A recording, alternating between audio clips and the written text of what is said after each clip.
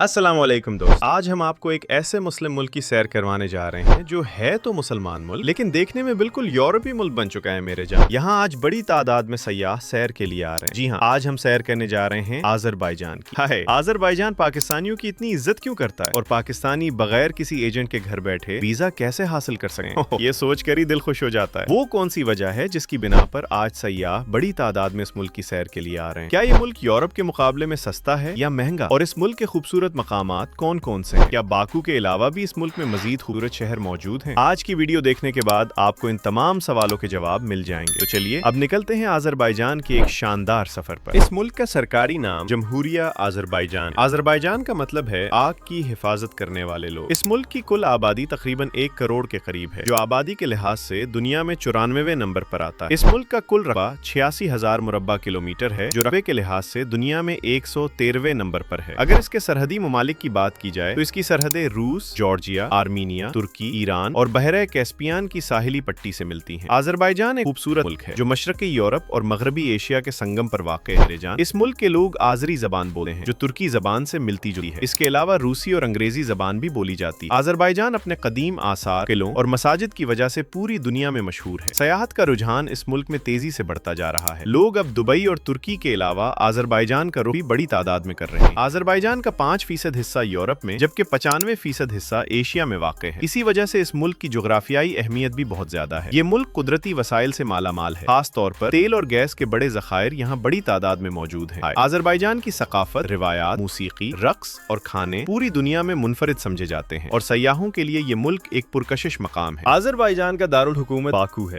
जो एक शानदार शहर है जहाँ आपको कदीम तारीख और जदीद तर्ज जिंदगी दोनों एक साथ देखने को मिलते हैं। ये शहर इस मुल्क का मुआशी, सकाफती और सनती मरकज है। इस मुल्क की तकरीबन 57% आबादी शहरों में रहती है, जबकि 44% आबादी देहात में आबाद। बाकू को दुनिया का सबसे निचला दारुल हुकूमत भी कहा जाता है, क्योंकि ये सतह समंदर से भी नीचे वाक़ है। आज़रबाईजान के लोग, जिन्हें आज़री भी कहा जाता है, बहुत मेहमान नवाज होते हैं और उनकी सकाफत में गहरी रिवायात और तारीखी रंग नुमाया है मेरे जान। ये लोग बुनियादी तौर पर तर्क नस्ल से ताल्लुक रखते हैं और उनकी जबान और सकाफत तर्क और दीगर तर्क अक़वाम से मुमासलत रही है। आज़रबाईजान की 96% आबादी मुसलमान है, जिनमें तकरीबन 65% शिया और 35% सुन्नी मसलक से ताल्लुक रखते हैं। इसके अलावा दीगर मज़ाहिब के लोग भी यहाँ आबाद। यहाँ के लोग यूरोपी तर्ज फिक्र रखते हैं और मजहब को मुकम्मल तौर पर फॉलो नहीं करते। इसी वजह से यहाँ आकर अक्सर ये महसूस नहीं होता कि आप किसी मुसलमान मुल्क में मूव्ड हैं। यही वजह है कि आज बाकू दुनिया को अपनी तरफ खींच रहा है और लोग बड़ी तादाद में यहाँ आ रहे हैं। दोस्तों, क्या आप जानते हैं कि आज़रबाईजान में 96% आबादी मुसलमान है, लेकिन इसके बावजूद ये सरकारी तौर पर एक इस्लामी मुल्क नहीं। इस मुल्क की GDP बेहतर $2 बिलियन